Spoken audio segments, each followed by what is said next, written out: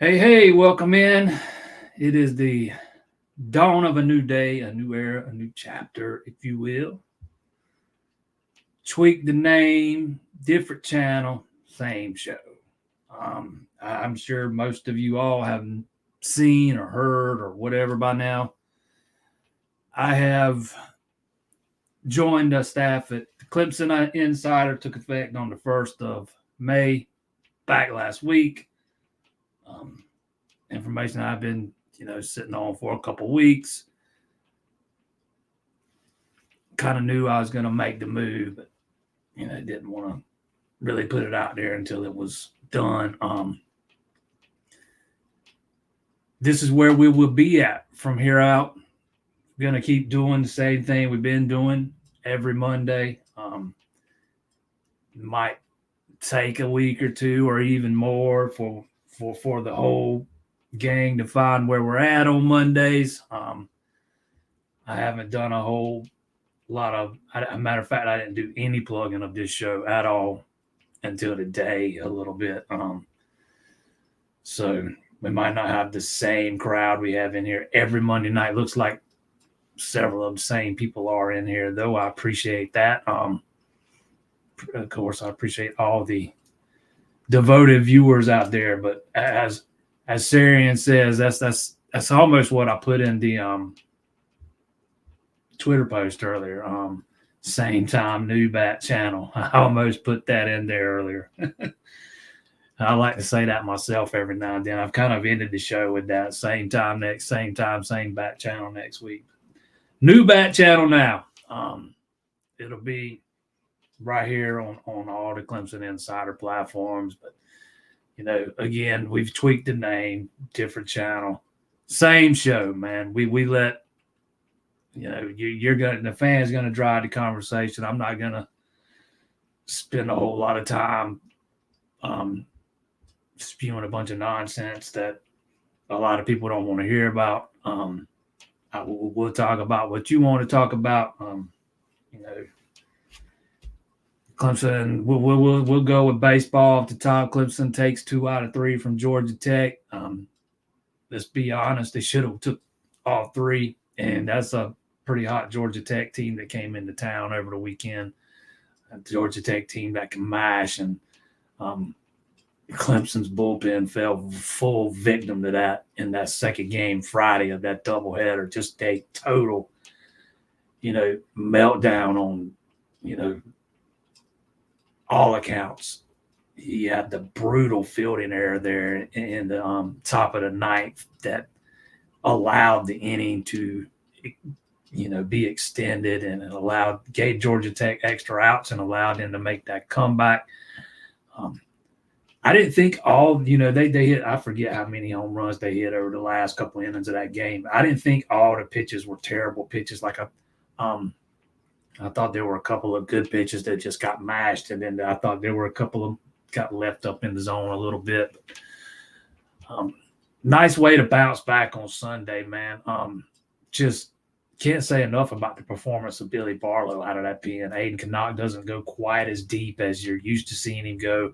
Only goes 4 innings. His pitch count got up a little bit. I thought Tech did a really, really good job of making him work and working counts and in a way that we've not seen other teams do this year. And they ended up working, 2 or 3 walks off of him. We don't see him walk many guys, and I think he ended up having 3 yesterday, but still had really good stuff.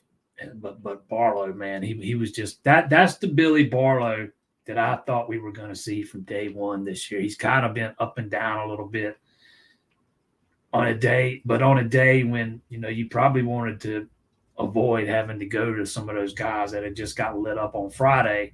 He goes out there and gives you, 4 very solid innings, holds Tech scoreless in the 5th, 6th, 7th, 8th. Thought he ran out of gas a little bit there in the 9th. You could tell his velocity was down a little bit. And then he gives up a 2-run homer. And then Jacob McGovern comes in and does what he's been doing all freaking year long, man, just putting zeros on the board. Yeah, he's absolutely, I wrote about that before I left. It's one of my last stories over at the old site. I wrote about McGovern and saying how he had earned some more opportunities. And um, that curveball of his is just nasty, man. It's got wicked spin on it. And it's got wicked movement on it. It's just downright filthy. And Canuck and Barlow and McGovern did a heck of a job of holding that offense down yesterday. Again, that's an offense that can rake, man. Georgia Tech can hit the ball. But I think something that gets a little bit overlooked in all of this, and because let's be honest, if you're a pitcher, you're in the fans' eyes, you're basically on as good as your last performance. And the bullpen and what happened Saturday in that second game, because something similar happened in Louisville, so it's not like it's the first time we've seen it all year. I do think it's getting overblown a little bit, but it's not like it's the first time we've seen it all year. But we're not, so much focus was on the bullpen Saturday and what happened with those guys. Not enough focus on this offense, man, and how it is just clicking on all cylinders. But I think, Jarian Purify struggled a little bit this weekend. But other than that, man, those guys are hitting, man. They're seeing the ball real well. Blake Wright, another ACC Player of the Week honor this week. Cam Cantarella is just tearing it up since he moved into the cleanoff spot. Same thing with Alden Mathis now that he's in the leadoff spot. Backett just tinkered with that lineup a little bit off and on during the season. Looks like he's finally got the right pieces in the right places to get maximum production out of those guys. But again, I just think the offense and how good it's been is just, I'm not saying it's getting totally overlooked or nobody's talking about it.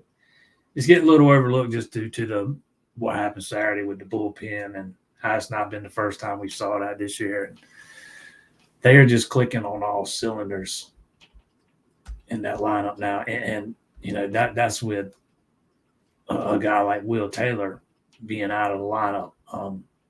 Tristan Pacetta had another really good weekend. So did Jack Crichton. When Taylor comes back, those two guys keep playing like they have been. Eric Baxter's going to have some decisions to make of how he writes that lineup card out every day and whether he wants to mess with the chemistry that's been built the last couple of weeks, because Taylor's a hard guy to keep out of the lineup. We all know how good he can be, even though he's only hitting 230 when he got hurt this year. Obertops continues to be a model of consistency. Hinderleiter still, he's hitting 333, another big. I know he hit at least one out this weekend, big home run. And we already talked about Wright and Mathis. Even Nolan Araki's starting to come to life a little bit again. He's been marred in it ever since he hurt that or cut that thumb earlier in the season. He's been on the struggle bus a little bit, but he looks like he's starting to come out of it. Really, the only guy that struggled this weekend was Purify. And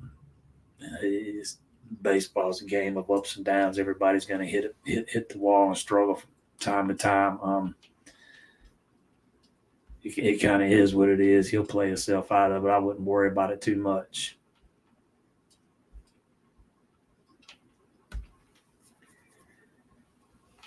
McGovern has earned some more playing time. His curveball is not. Yeah, his curveball is downright filthy, man. It is just it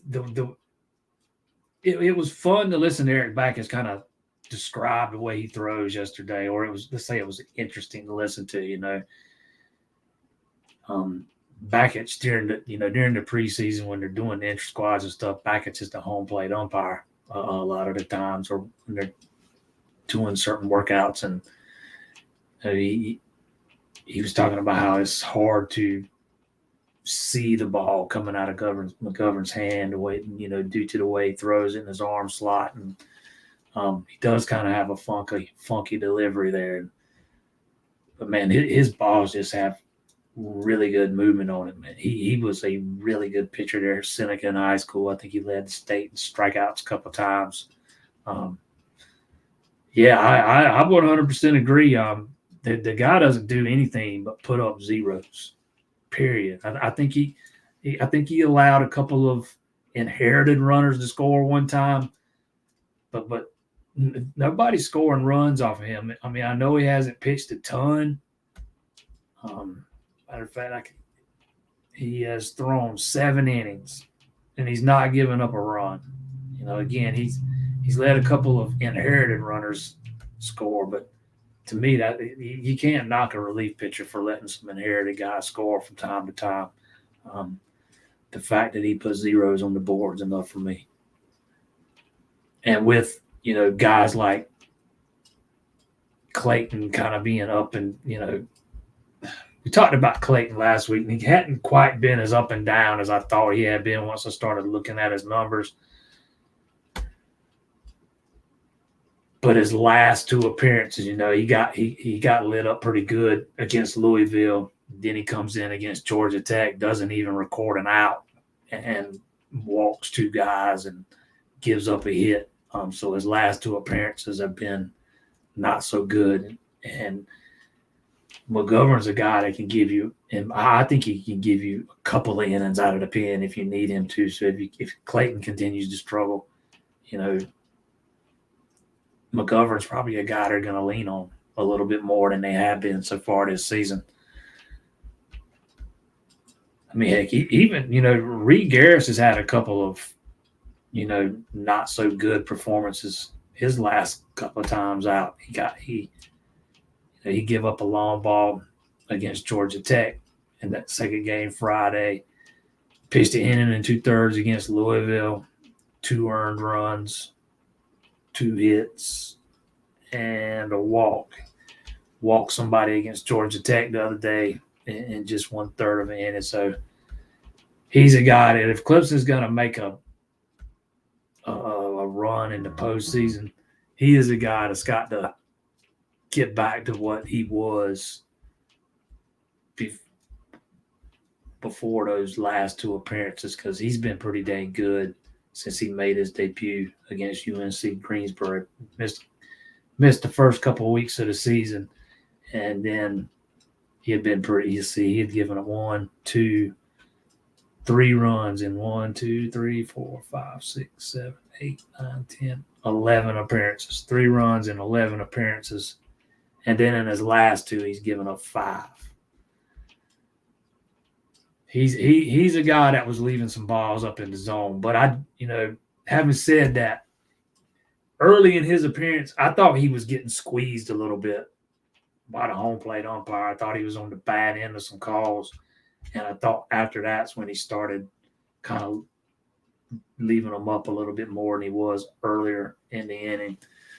Sometimes, how a game's called can affect the way you're pitching. I do think a couple of those guys got squeezed a little bit on Friday in that second game, and that can absolutely have an impact on where you're trying to your ball placement and stuff. Yes, Barlow's off-speed stuff was outstanding yesterday. I would agree that it's the best outing he's had all year. He's a guy that I thought was a candidate to start on Friday nights coming into the year. Because I had just heard how he had been so good last year, into preseason or in the offseason before he got hurt. And they were expecting big things out of him last year. And then he pretty much misses all of last year. The couple of times we did see him, he didn't look anything like the guy he did in Monty's last year. That 4-inning outing yesterday, I think that was, considering the competition, he went 5 scoreless against Manhattan earlier in the year. That's 2 different levels of competition. I would absolutely say yesterday was his best outing. Not a guy that's going to strike out a bunch of guys. He did have 3 yesterday, but only 1 walk, only gave up 3 hits, and one of those was the home run there in the 9th. And with the big lead, I was glad to see Backus let him come back out and try to finish it off. But it was pretty apparent he was starting to run out of gas.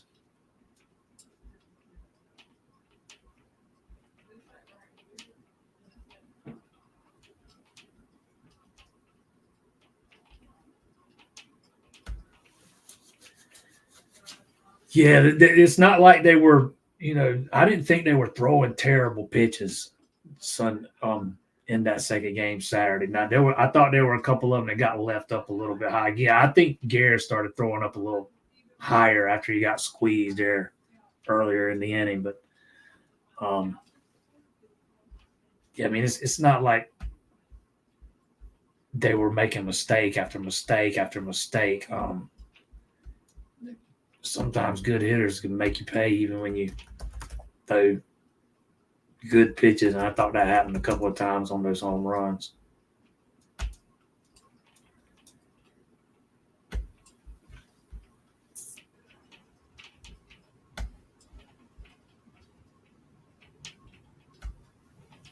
I don't know where Will's going to go. If Pacetta, we talked about this I think you mentioned this last week, and I said you can worry about that when you get there. And I still say the same thing because I think I think if Taylor comes back this year, Clemson, if we're going to see Taylor again this year, Clemson's probably going to have to get out on a regional. It might be super regional before we see him. I don't know that. Just based on the fact I know he's got a broken bone in his wrist and he's wearing a little cast and had to have surgery on it. There's still 1, 2, 3, 4 more weeks until then. 4 more weekends of baseball till then. But let's say Pacetta keeps hitting the way he's been hitting, and Crichton keeps playing the way he's been playing. Bakich is going to have a decision to make because Taylor absolutely gives you the better defense in the outfield. But Pacetta's just he's been killing it, man. He has been really, really good since, Taylor went down. He had a hit. See, he had 2 hits in game 1, a hit in game 2, 2 hits in game 3, a couple of RBIs over the weekend. The last time he went hitless was in game 2 against Louisville. And he's had, if you go back to the Georgia game, 1, 2, 3, 4, 5 multi-hit games. 1, 2, 3, 4. 5 of them 7 games have been multi-hit games. So he is just absolutely raking, man. Just raking. So he's going to have a decision to make. And, yeah, Rocky's not looked the same since, he got hurt earlier in the year, the cutting his hand or whatever it was he did. And you can't say it's because of lack of opportunities. Bakich has given him plenty of opportunities. He's just, it just took him forever to come out of it, and it is probably going to cost him some plate appearances as we go down the stretch. He's been better. Let's see. He had 2 hits. 3 hits in game 1, 2 hits in game 2, and another hit in game 3. So he's been better of late. He's had hits in 5 of his last 6. But yeah, he'll probably be one of the odd men out when Taylor comes back, because if you're going to use Rocky right now, it's pretty much got to be his DH. You're not replacing anybody on the field with him at this point.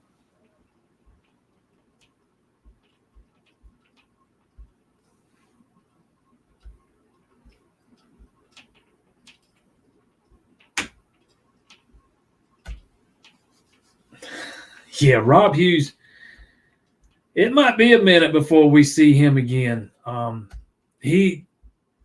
he gave up that walk-off to Miami, he had been pretty dang good up to that point. He gave up a run to Florida State, the appearance before the Miami appearance. He gave up a run to Florida State in the inning and 2/3. I want to say it was a home run too, but that was the first run he had given up all season. 1, 2, 3, 4, 5, 6, 7. He didn't give up a run until his 8th appearance. But since then, he gave up the 2 to Miami, 4 to Notre Dame, 2 to USC Upstate, and then 2 more to Louisville. I think I said last week when we were talking about Hughes that Louisville outing was his chance to get back, let's say, in the good graces or earn back some trust, and he didn't do it. I don't think it's a coincidence we didn't see him this weekend.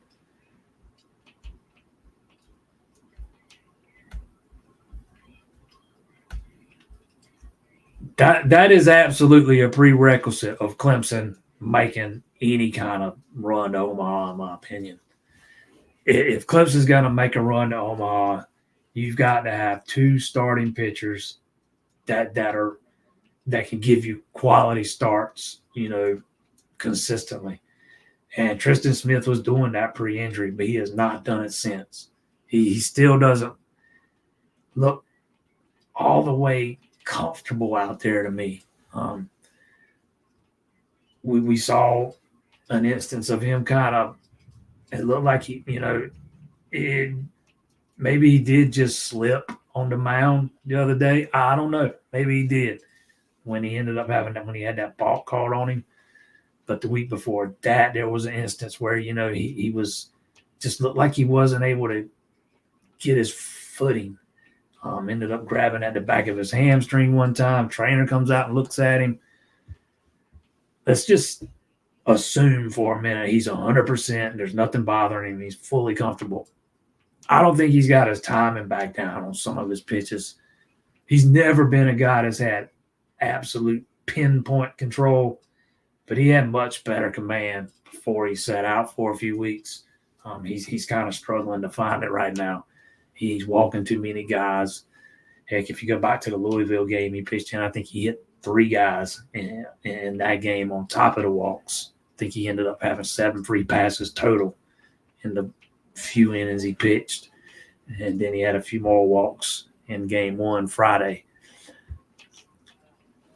But if you're only getting quality starts from, one of your starters every weekend, man, your bullpen's just – it's going to get taxed every weekend. And one thing you don't want to do is get your bullpen taxed on Fridays or in the opening game of a regional. You need to get more out of him. Absolutely. I think you know what you've got, not assuming, he stays healthy and nothing goes wrong from here to the end of the season. But you got to get Smith back where he was pre-injury. I think that's one of the biggest keys to getting out of a regional for the first time since 2010, let alone any type of run through a super regional.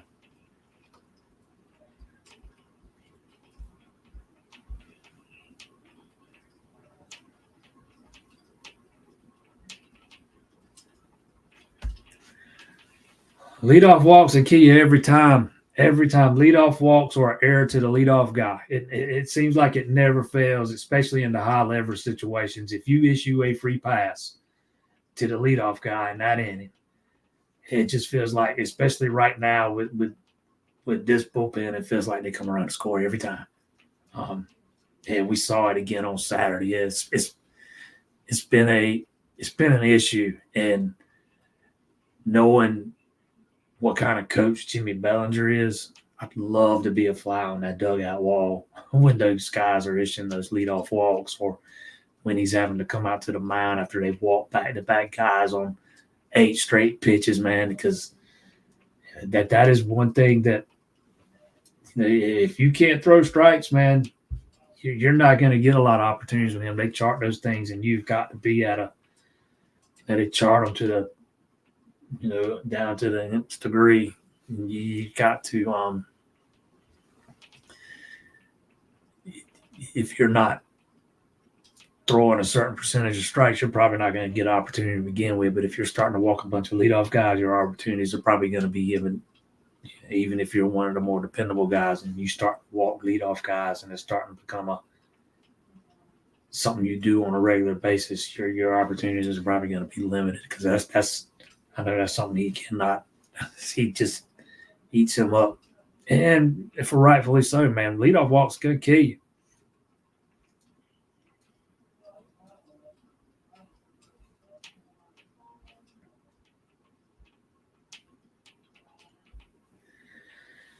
Gordon needs to be used for just one inning. Seems he gets hit after pitching 2 or more innings.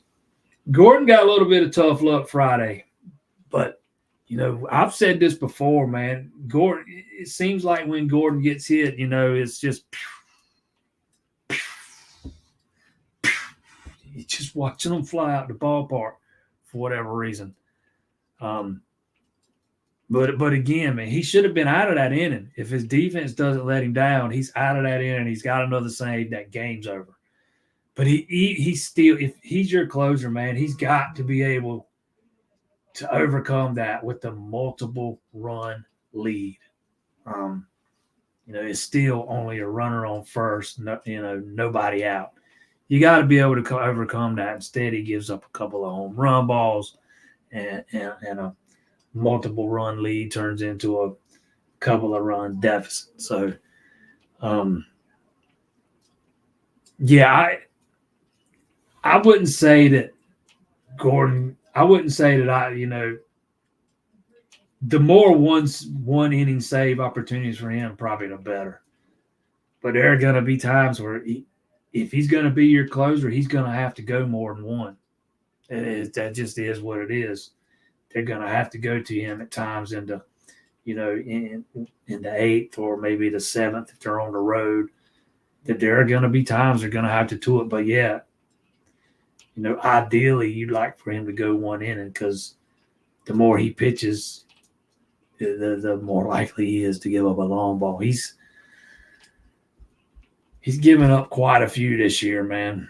It's not something that just started. He's given up 9 home runs this year. 3 of them came home in that game Friday. But it was the first one he'd given up since up there in South Bend on April the 6th. And before that, he had not given up one going back to when he was still starting. So he'd only given one home run since he'd been moved to closer. Before Friday, he had only given up one home run. Sometimes it just sit in your day, man. And then it wasn't any of those guys' day in that second game of that doubleheader.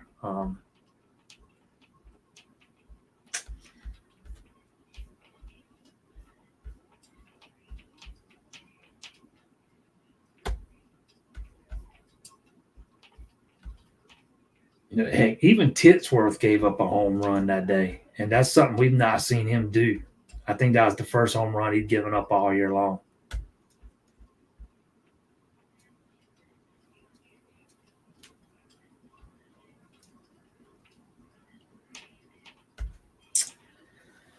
I feel like this past weekend was the most aggressive we have been on the base pass. I feel like stolen bases and not being held at third so much produced a lot more runs.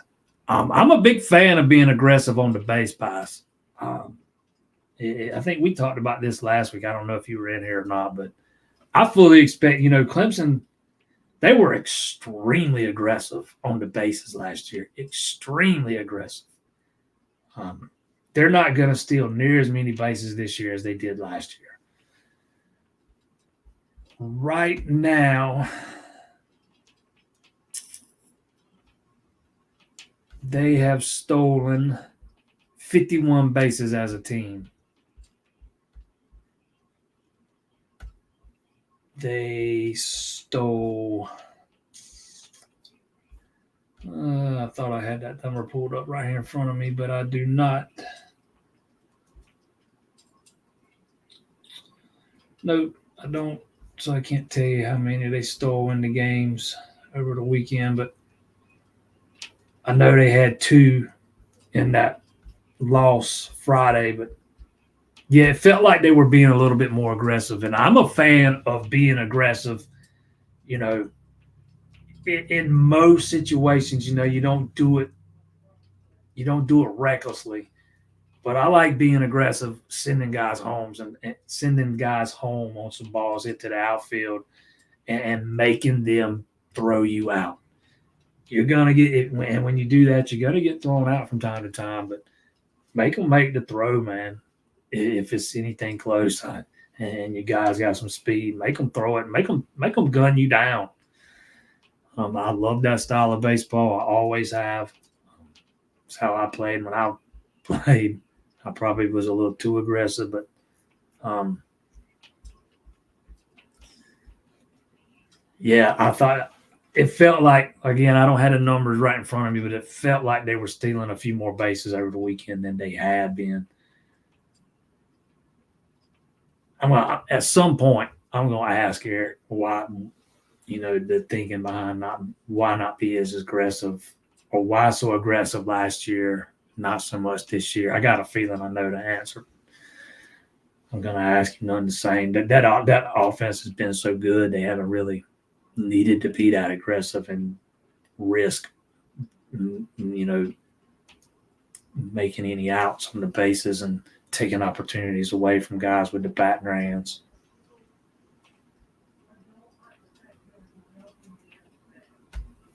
Yes, I tend to think confidence is playing a part in what's happened with Rob Hughes. Absolutely.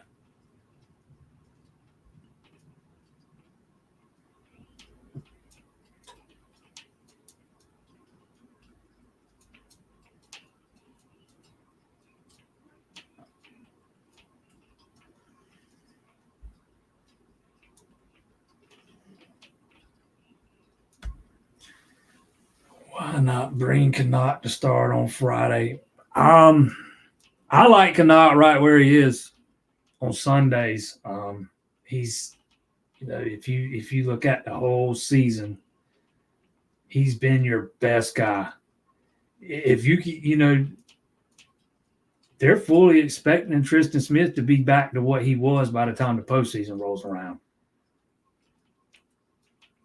When you've got Connacht going on Sunday, you've got who's the guy that's been your most consistent pitcher. And Sunday's the day that a lot of times you really got to have a win to lock up a series. And Clemson is undefeated when he pitches on Sundays. That guy, Backett just talked about this more than once, how routine oriented Canuck is. Um, I guarantee you they did not sit him lightly, just due to the fact that they don't want to tamper with that routine. But once you've made the decision to sit him, yeah, you can move him up, but then you're risking messing with that routine even more. And he's a guy that is, again, he is very routine oriented. Um, I can't give you an answer as to why they didn't move him to Fridays. I can only tell you what I think. And I just think for right now, they want him on Sundays. That way, if you got to have a win on Sunday to win the series, you got the guy that's been your best all season long going for you.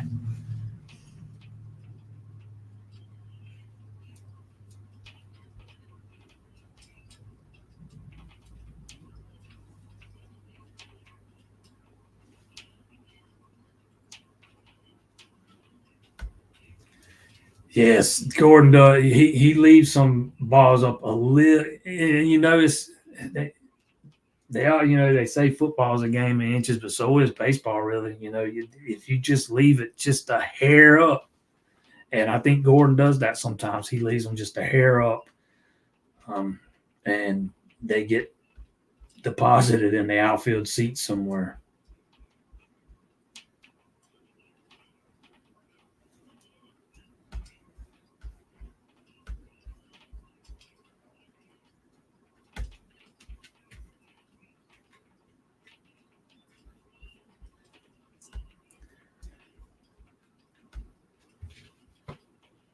Who gets to start tomorrow? They They didn't announce it today like they typically do, but I would lean towards Marshall. He only threw 2 innings on Friday. That's it's not like he had a big old workload. Don't have his pitch count right here in front of me, but he only allowed 1 hit. He only faced 7 batters. It's not like he threw a ton of pitches over those 2 innings. So I would guess him, and if not him, maybe Joe Allen. But it's going to be no matter who starts outside of Marshall. Marshall's a guy that can probably go and give you a few if that's the route they chose to go. But other than him, no matter who it is, it's probably going to be a lot of relievers throwing tomorrow.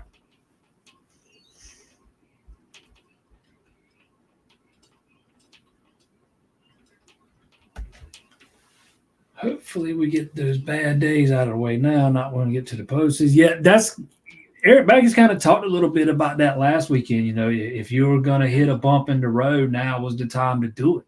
If you were going to face some adversity, now was the time to, start facing it. And the way they lost that game Saturday, it would have been, Friday, second game. And I'm probably going to say Saturday a couple of times here because I'm used to game 2 being on Saturday. But the way they lost game 2 on Friday, it had been easy for them to kind of, and it might have been fortunate that they had a day off the way they lost that game. Although, having said that, this team's been really good about, bouncing back and, not dwelling on the past and focusing on what's right in front of them right then. So, this team's been really good. They bounce. You got to like the way they bounce back. And they didn't waste any time doing it. They came out and put it on Georgia Tech early in that game yesterday. Run in the first, 3 more in the third, 3 more in the fifth. They were up big, by the middle of the point of that game. And it's just so many times this season we've seen them take a couple innings to get going, and by the time they get going, they're having to come back from a deficit, and they end up having to need a comeback to win. I think how many comeback wins they got now? What is it, 19, 18, something like that? I don't know if they've hit the 20 mark yet, but it's a lot of them. And but yeah, I do think if you're going to hit a speed bump in the season during the season, now is a good time to hit it. You much rather hit it now than 3 weeks from now once you get into regional play. You would hope, all teams want to be playing their best by the time that point in the season rolls around. And if you're Clemson, you're hoping you didn't peak too soon. Yeah, Purify's definitely a spark plug, man. If you just look at his numbers, they're not going to blow you away. He's hitting 261, which is, he got that average right. He was just about to get over the 300 line, and then he kind of, I think he went hitless all week. I don't think he had a hit all weekend against Georgia Tech. And now it's back down to 261. But he's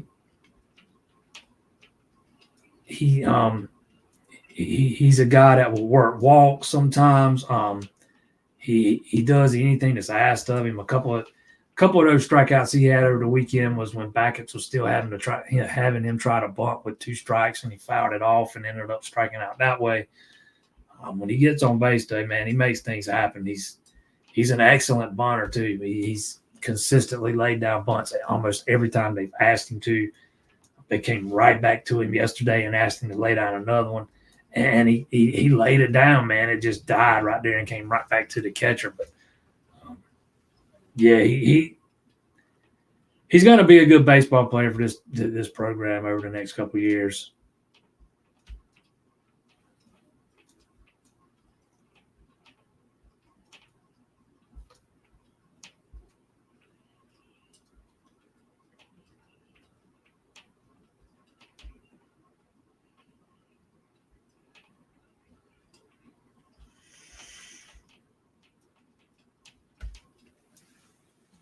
funny that we all complain about the bullpen, yet Clemson is the best pitching staff statistically in the ACC. Yeah, I think it's. I think I said earlier. I thought it was a little. It's gotten a little overblown because we've seen it a couple of times in the past couple of weeks, and sometimes with release pitchers, you're only as good as your last outing indicates.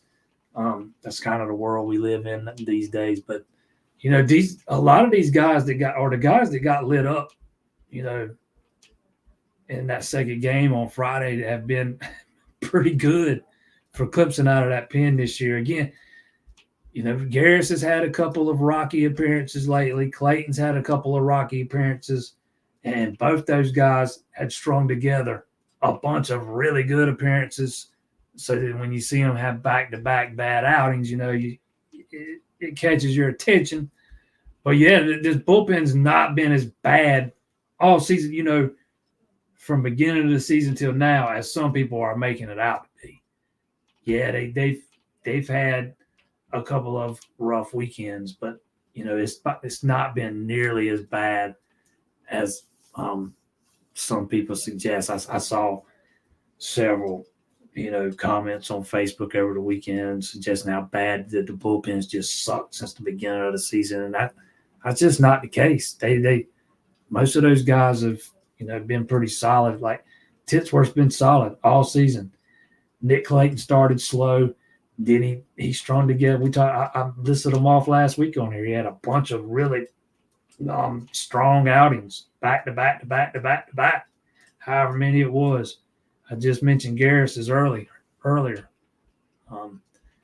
Malstead, for the most part, has been pretty reliable out of that bullpen. So, I mean, there's going to be nights where they get hit up on, and it's happened to them a couple of times. You just got to hope that that's all it is a bump in the road, a speed bump in the season, and it's in the rear view, and they can get the ship righted before, because they're headed to Wake Forest this weekend, and this is a Wake Forest team that's been a few weeks ranked number one. They kind of had a rocky start to the season, but they have caught fire here the last 2 or 3 weeks. Chase Burns, their Saturday pitcher, has been as good as anybody in the country this year. I'm one of the guys that votes on ACC Pitcher of the Week, so he's pretty much nominated every single week, and I get a look at all his numbers, and there, I think he's won it 4 times now this year. He won it again this week. He threw 6 shutout innings on Saturday. I think he struck out 13 of the 20 batters he faced.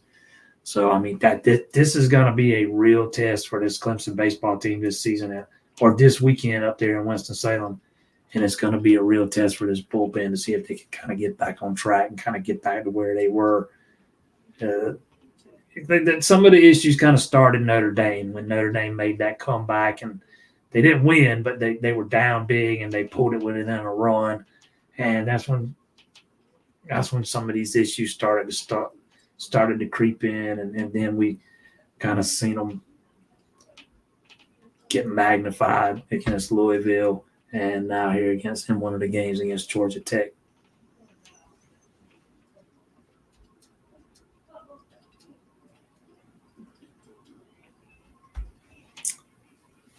Why has Clemson football been able to send elite defensive players to the NFL, but has not been as successful with offensive players? That's a pretty easy one, man. Number one, the talent level on offense is falling off. Clemson, after having Trevor Lawrence and Deshaun Watson before him, and I know you had Kelly Bryant sandwiched in there between the two for a year, but that was 6 years of generational type play at quarterback. 2 first-round draft picks. Then you miss on the guy that was supposed to follow Lawrence and not be much of drop-off in production. And DJ Uiagalelei, he's still playing college ball. Cade Klubnik is not where 99% of us thought he would be at this point in his career. The talent level at receiver has fallen off dramatically since 2019, 2020, when Amari Rodgers was on the team and Cornell Powell was on the team. They've signed some big name guys. Don't get me wrong. They've signed some highly rated receivers. Frank Ladson, E.J. Williams, Bo Collins, Takari Collins. Those were all big-time wide receivers. But they just didn't pan out. And E.J. Williams is at another school, and he's still not panning out. Frank Ladson has gone on to play for multiple schools, if I'm remembering that right. Not panning out there either. Takari Collins went to North Carolina State last year. I don't think he ever cracked it too deep. So, I mean, it's not like it's just a Clemson not being able to develop guys. Because if it was just that, you'd see some of those guys start to get developed at other places. I just think the talent level's falling off. Clemson used to be wide receiver U. They're not anymore. While injuries have played a big factor in the lack of production at receiver, so has the drop-off in talent. I do think, the staff's done something to address that in the past class or two. You know what you got in Antonio Williams. You know what you got in Tyler Brown. You know what you now know what you can have in Troy Stellato if he stays healthy. But those have kind of, they're more of your typical slot guys, and I know Clemson plays them on the outside some, but if you just look at them, their body type resembles more of the typical or the prototypical slot guy. Clemson just hasn't had one of those alpha dogs out on the outside. I kind of thought Bo Collins could be that guy, but it just didn't work out. I thought Takari Collins could be that guy. He didn't stick around long enough to see if it could work out. E.J. Williams, Frank Ladson, two immensely talented guys. It just hadn't worked out for them.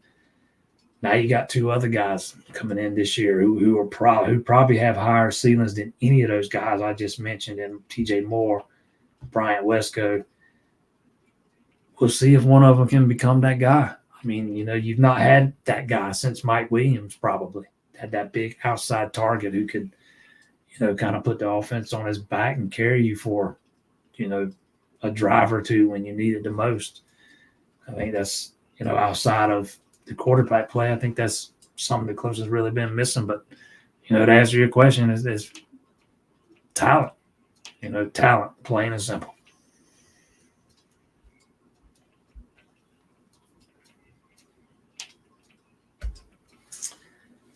I would start Canuck on Saturday for that same regional in a regional first game you play. Oh, wait. Now, once the regional gets here, all bets are off. You could, kind of reset it the way you want. When I say I want Canuck going on Sundays, I'm talking about regular season. When I say I like you going on Sundays, I'm talking about regular season, ACC series on the weekend. Once regional play gets here, you don't wait till game 3 to throw Canuck. And, with the way the ACC tournament's set up and everything, you might have time to reset you could probably reset your rotation if you want to do that before the regional gets here.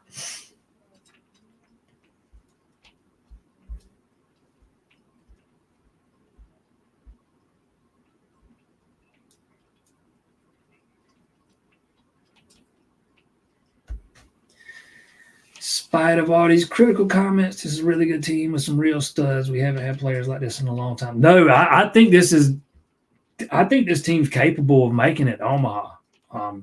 And again, like I said a few minutes ago, I think some of the things with the bullpen's getting a little bit overblown a little bit. And you know what? It might turn out that this bullpen has kind of lost it, and they get beat up on this week, this coming weekend, the weekend after, and the weekend after that. We'll see. But as we sit here today, I think it's getting a little bit overblown. For the most part, those guys have been pretty good. Have they been elite? No, but they have been plenty more than good enough when combined with what you got on offense, because that is a dangerous lineup.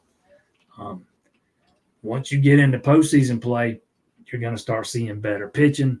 You're going to start. It's going to get harder. The runs are going to get harder to come by, and the pitching's going to be that much more important, particularly your relief guys. You're gonna need them to be at their best, man. It just you can't have them consistently leaving balls a little bit up in the zone.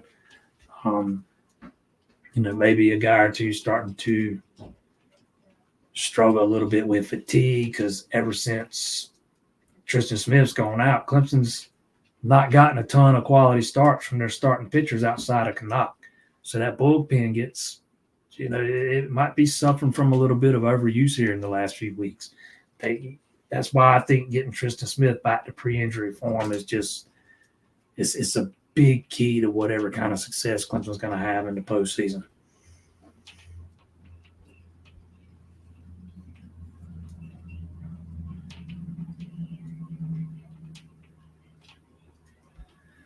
All right, you're going to have to refresh my memory. When I'm trying to remember about a flat tire. I don't think I had one of them recently. But yeah, we used to have a segment on one of our shows where we just talked about my bad luck. That's for sure, because it tends to live in my household, and it won't move out.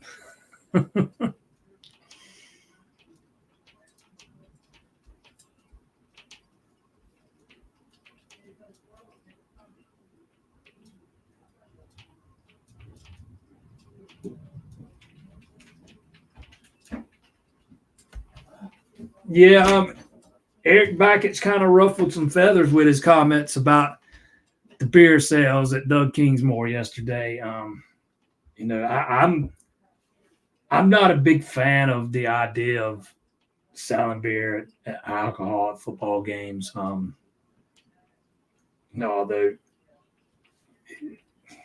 I really wouldn't care one way or the other, but if I had my preference, I'd say no. I'm a little more torn on the baseball side of it. I've been to games at Founders Park, Doug Kingsmore. I've been to a lot of different ACC stadiums over the past few years. I've been to Coast. I've been to a bunch of baseball games at Coastal. The crowd at Clemson, it's an older crowd, and what I'm about to say, I'm comparing to. Well, and I don't even never forget that. It don't matter. But it's an older crowd at Clemson. They're a little bit more laid back. In my eyes, they don't. If you compare the crowd Founders Park to the crowd at Doug Kingsmore, they're very different. Doug Kingsmore gets loud sometimes. Founders Park is on a different level. It's a different type of atmosphere. And I just think that's all Baggett was talking about. He'd like to see it a little bit. I think the word he was used was he'd like to see it a little more rowdy than it is. And that's why they kind of brought in some of the music. And I know a lot of fans don't like all the music, especially we like the party song that they play late in games when relief pitchers are throwing balls. Every time a relief pitcher will throw a ball, they'll play that "We Like the Party" song. But it's tend to work. It's had some success, with the opposing pitchers far more often than it hasn't. So that's why they keep going back to it. Again, I know that the crowd at Doug Kingsmore is a little bit older and been around a lot longer. My age, I'm fixing to turn 50. So my age and a little bit older, that's kind of your typical, a lot of the typical fans out of Doug Kingsmore. So I'm a little torn on the beer sales there. I do think baseball could benefit from having the extra stream of revenue, because I know that they have really struggled to when it comes to fundraising for NIL and stuff. And there might be a way that you could work some alcohol sales into NIL funds, then I'm all for it, because that right now under this model, that's how you're going to attract better talent. It is more NIL money, because with only, and scholarship limits might be about to go away, but until they do, and as long as you're stuck with the 11.7 and Clemson can only hand out partial scholarships, they need that NIL money to offer guys to kind of offset what they're not getting scholarship wise. Guys don't want to come to school at Clemson to play baseball and have to pay money out of their own pocket. And right now, a lot of them are having to do that. So they're missing out on some guys that they might not otherwise miss out on. So I'm a little torn on that.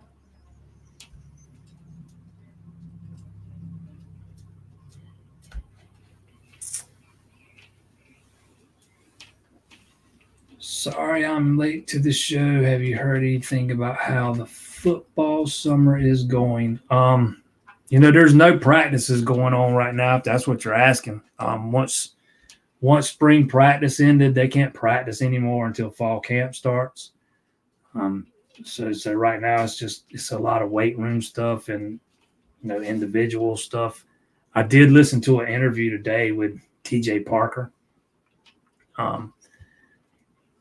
Most of y'all remember Darian Richard, the backup running back on those national title teams. He does a podcast on his YouTube channel called The Players Lounge Clemson.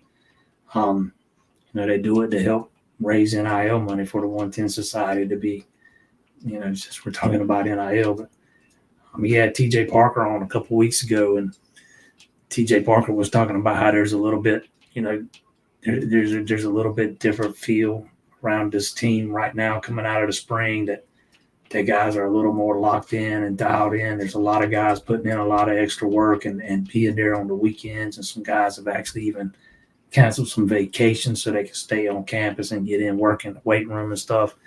That's the kind of things you want to hear. But other than that, there's not really a lot to talk about right now, because it's that there's no practice until fall camp starts up later in the summer. Is Olenchuk injured, or are they just not using him? Oh, he's hurt. Even if he wasn't hurt, I don't think he was a guy you were gonna. He might. We saw him once or twice before he got hurt, but it was only in they weren't in high leverage situations. They were, if I'm remembering right, they were both in games. Clemson was down big and they needed somebody to eat some innings, or either they were up real big and needed somebody to eat some innings. He wasn't going to be, one of the main players out of that bullpen before he even got hurt. But yeah, he is hurt. When I went up there, when I was up there in the preseason watching some of the inter-squad scrimmages, Olenchuk was DHing in fall ball and the preseason. He can hit the ball.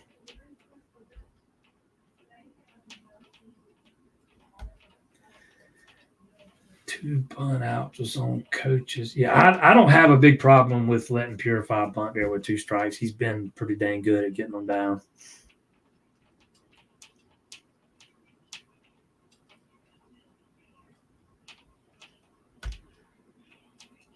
What's our record when scoring first? Hold on, I think I got that pulled up. I think I might have that right here in front of me.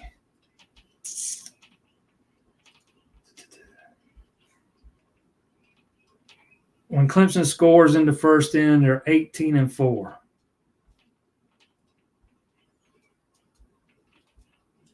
When opponent scores in the first inning, they're 12-6. When Clemson scores first, they are 20-3.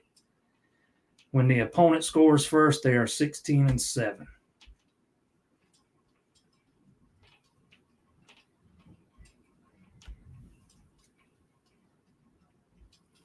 I think this defense might be one of the best we've had. I think the defense has the potential to be really good. I've said it a few times before, but I wasn't a big fan of moving Peter Woods outside originally, but the more I thought about it, the more I thought, really started to deep dive into it and think about it hard, the more I liked it. There was just something Dabo said when he was talking about it the first time that kind of stuck in my head. And, a lot of times you're going to get a lot of coach speak from Dabo, but I think he made a good point on this one. I don't know that there was anybody in the portal you could have got that would have been better than Peter Woods. And you've got so much talent on the interior of that defensive line. You can move him outside. He's probably going to play inside when he gets to the next level, and he's liable to move back inside next year, depending on what happens with some other the younger defensive ends on the roster. But for this year, I kind of see it in the same light as when they moved Christian Wilkins outside for a year, and that move paid off and worked pretty well. I think the Woods move outside can too, and how good the defense is going to all start up front. I think K-Park's going to have a monster season. I think Vic Burley's going to really burst onto the scene if they can keep him healthy.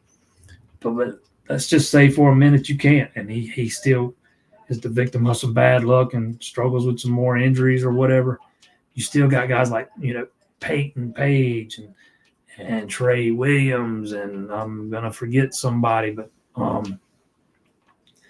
Stephon Green, who had a really good spring by all accounts. I know I'm forgetting somebody, but there's a lot of bodies on that interior. They're going to be able to rotate them in and out and keep them fresh. And I really like the makeup of the defensive line. And then you look at the next level, the linebackers with Barrett Carter and Wade Woodaz and Sammy Brown. Even Kobe McLeod, I think, shown a lot of progress in his time on campus. Jamal Anderson, who's more of an off-ball linebacker, which Clemson doesn't use a whole lot of anymore. But he's a guy I think that could, when they do use a guy in that spot, he's a guy who I really like, and I think he can be pretty good. But I think the back end is going to be really good. Clemson's pass defense was much improved last year. I think I don't expect much drop off this year, despite the fact that you're losing Nate Wiggins. I think Avion Terrell has the makings of a shutdown corner. I think he can be one of the best cover guys in the country. I've got very high expectations for Shelton Lewis. I think both of those freshman corners they just signed, and Tavoy Fegan and Corey and Gibson, I think they can be elite. And the wild card in all this is Jaden Lucas. If you can get that guy healthy and he can stay healthy, man, you've got some dudes at corner, man. And then you know what you got at safety. I've said it 100 times. I don't think Mickey Conn gets enough credit for the work he's done with those safeties, man. Most years, that's a solid group of guys. And you got R.J. Mickens back, Khalil Barnes back. It's just that's another spot they got a little bit of depth in.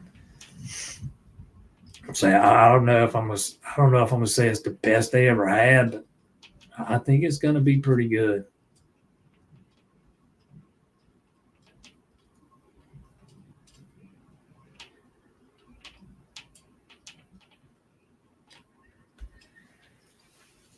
Canuck is so fluid on the mound. His wind-up and delivery is so smooth. He makes it look effortless, but what really stands out is watch how fast he works. I mean, there is he doesn't waste any time. There is no fiddle farting around, man. He gets the ball and he is on the rubber and he is ready to go. Most of the time he's having to wait on the batter to get in the box. That's a guy that will never need a pitch clock because he is ready to roll.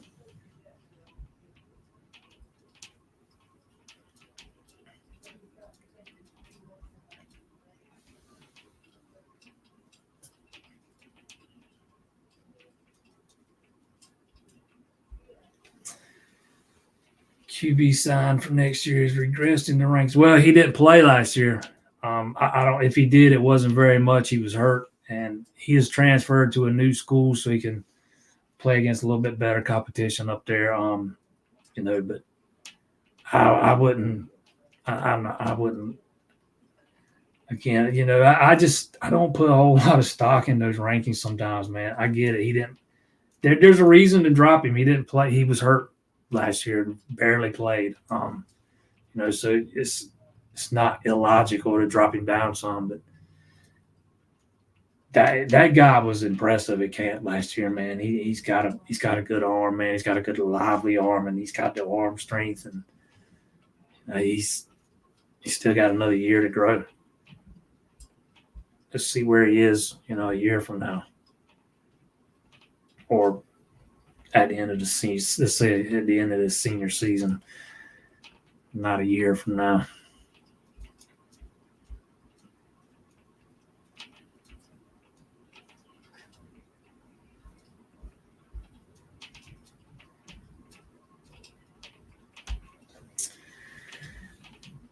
Based on what you just said about Cade, how do you see QB playing out this fall? Is Pearman is really as good as he looked in the spring game? Pearman is a baller, man. If he was a little bit bigger and had a little bit bigger of an arm, he'd have got some more recognition and some more attention coming out of high school. He's just a little undersized. His arm's not all that strong. But there have been a lot of quarterbacks who have been a little undersized, who didn't have the big, strong arm, who have gone on to have plenty of success. I can tell you this. There wasn't a coach on that field who was surprised by what Pearman did in the spring game. They've been seeing it since he was a quarterback at Daniel. He won back-to-back Player of the Year, or Gatorade Player of the Year awards in this state as a junior and a senior. He's a really good player.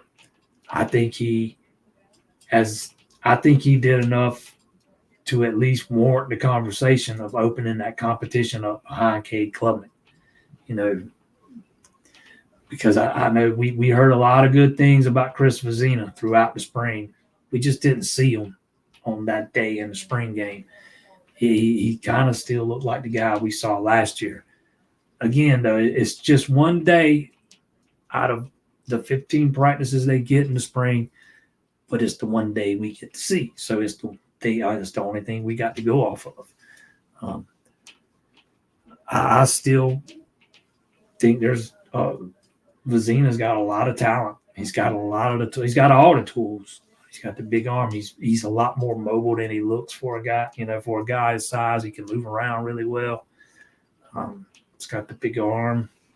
He's pretty accurate. He was just raw when he got to Clemson, and fortunately, they don't need him to come in and start right now. How do I see QB playing out? I think Cade Klubnik's the guy. I don't think there's any question about that. I think he will be, unless he gets hurt or unless he goes out there and just throws 3-4 interceptions in back-to-back games.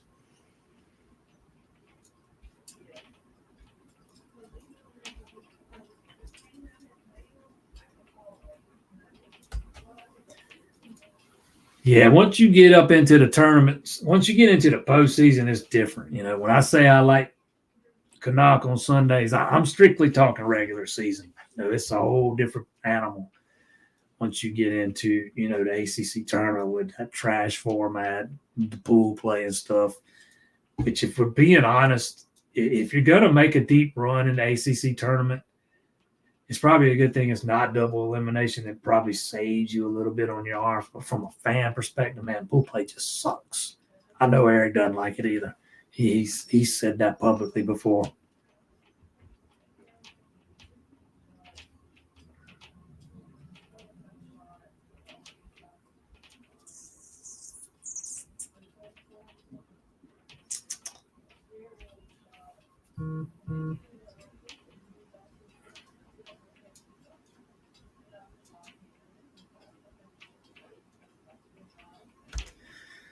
The party song is okay for one inning, but not 4 innings in a row. Yeah, it gets a little repetitive, man.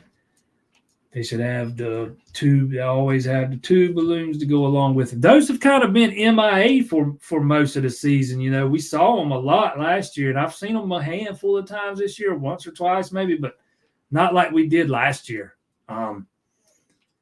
It's I don't know why.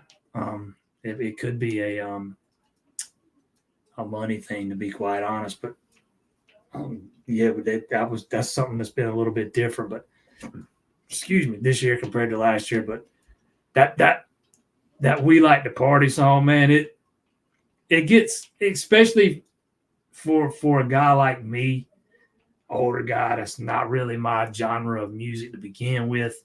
It starts to get a little too much at certain points.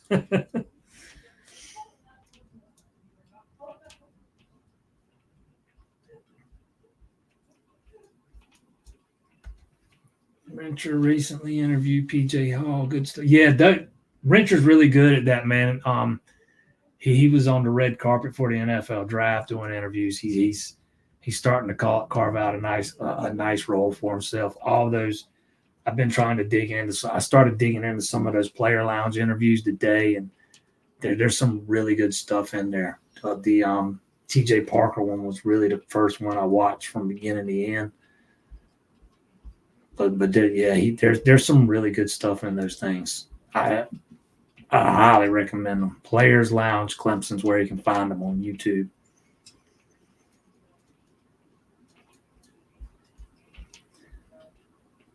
Man, I cannot thank everybody enough. All you guys that follow me over here from one YouTube channel to the next, man, very much appreciate it. But this is where we're going to be from here on out.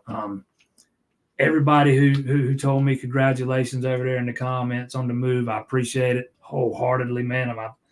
When the news broke on Wednesday morning, I think I must have had 200 texts and DMs and Facebook messages and that stuff. I tried to answer every one of them. Yeah, I'm excited. I'm excited about the move. I've had a great, I've been with Zach over at All Clemson since I started over there in December of 2019. A lot of good times, a lot of great memories. Learned a lot over there from those guys, man. I just thought it was the right time to make a move, and I'm excited about what the future holds. And again, I appreciate all the well wishes. And as I said at the beginning, I am going to, this show will live on. We tweaked the name, moved it to a new channel, but it's the same show, man. As Sarian said to kick it off, man. Same time, same bat time, new bat channel. We'll see you right back here next Monday.